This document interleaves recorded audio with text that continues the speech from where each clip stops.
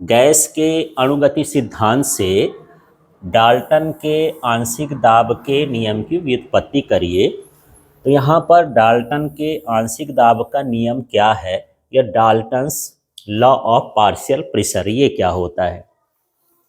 तो समान ताप पर और समान आयतन पर आदर्श गैसों के मिश्रण का कुल दाब उन गैसों के अलग अलग दाब के योगफल के बराबर होता है।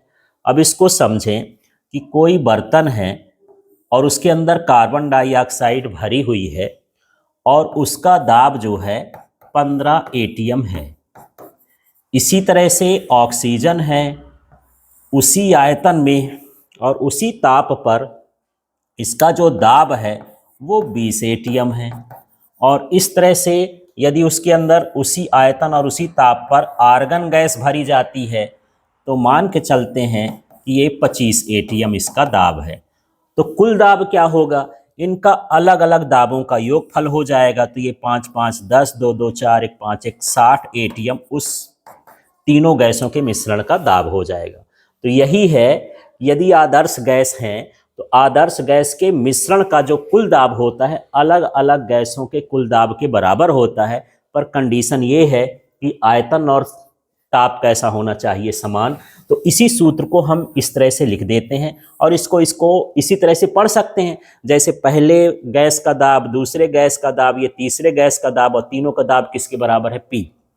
तो ये हो गया मिश्रण का कुल दाब अलग अलग गैसों के दाब के बराबर होता है यदि गैसों का आयतन और ताप क्या हो, समान हो। तो इस तरह से आगे करना है। अब इसको हम सिद्ध करके देख लेते हैं। तो सिद्ध कैसे करेंगे इसको समझते हैं।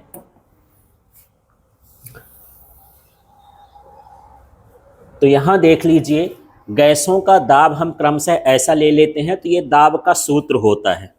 दाब का सूत्र क्या होता है, यहाँ पर P1 बराबर 1/3 N1 M1 V1 स्क्वायर। ये हम गैस के अणुगति सिद्धांत से हम गैस का दाब निकाले थे।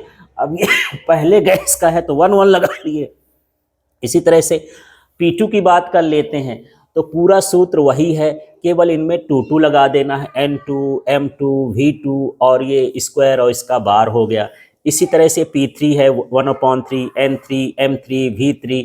तो ये पूरे सूत्र एक जैसे हैं। यहाँ डैश डैश का मतलब इसी तरह से P4 P5 और भी गैसें हो सकती हैं।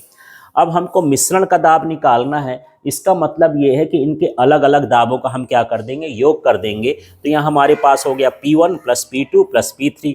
अब यहाँ पर ये देख रहे होंगे, ये वाला जो मान है ये किसका है, P1 का है, और ये वाला जो मान है ये किसका है, P2 का है, और जो ये वाला मान है ये किसका है, P3 का है। तो तीनों का हम क्या करेंगे, यहाँ पर मान जोड़ देंगे, क्योंकि जो डाल्टन का आंशिक दाब का नियम कहता है कि इनके अलग अलग दाबों का यदि हम दाब जोड़ेंगे तो मिश्रण का दाब आ जाएगा।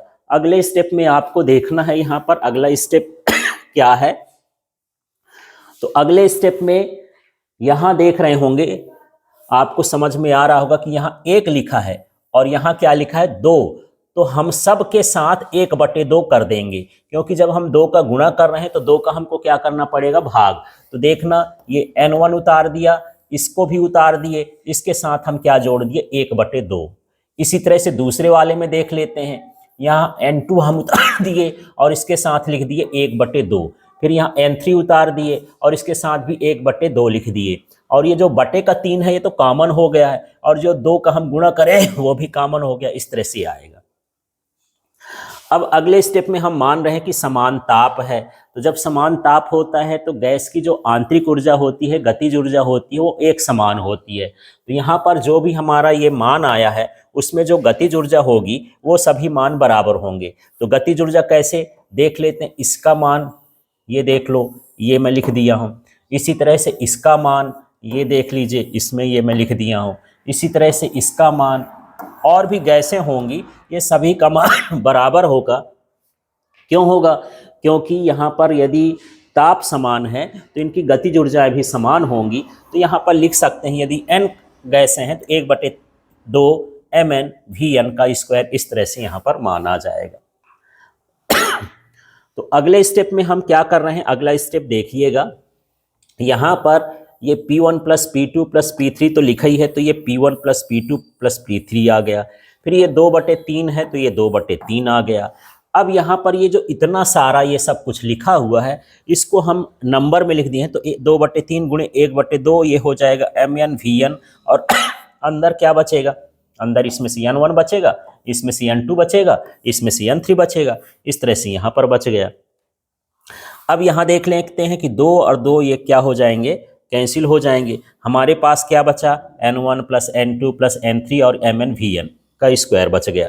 तो इस तरह से हमको इसको आगे हल करना है। हल करने के बाद जब हम देख रहे हैं कि ये जो हमारे पास आया, ये पूरे का आ गया, पूरे का, सभी कणों का, तो ये यदि हम तुलना कर दें, जो हमारे दाब का सूत्र होता है वो इस तरह से दाब का सूत्र होता है P बराबर 1/3 n m v बार का स्क्वायर, इस तरह का सूत्र होता है। तो यदि इससे कंपैरिजन करें तो 1/3 भी आ गया, ये n की जगह सभी गैसों का आ गया, और ये भी किसका आ गया, सभी गैसों का आ गया। तो यहाँ पर हम मान सकते हैं कि ये जो हमारे पास दाब मिला ये किसका है, सभी गैसों का दाब है। इस तरह से हम कह सकते हैं कि गैसों के मिश्रण का कुल दाब गैसों के अलग अलग दाबों के योगफल के बराबर होता है, यदि उसका ताप और आयतन समान हो।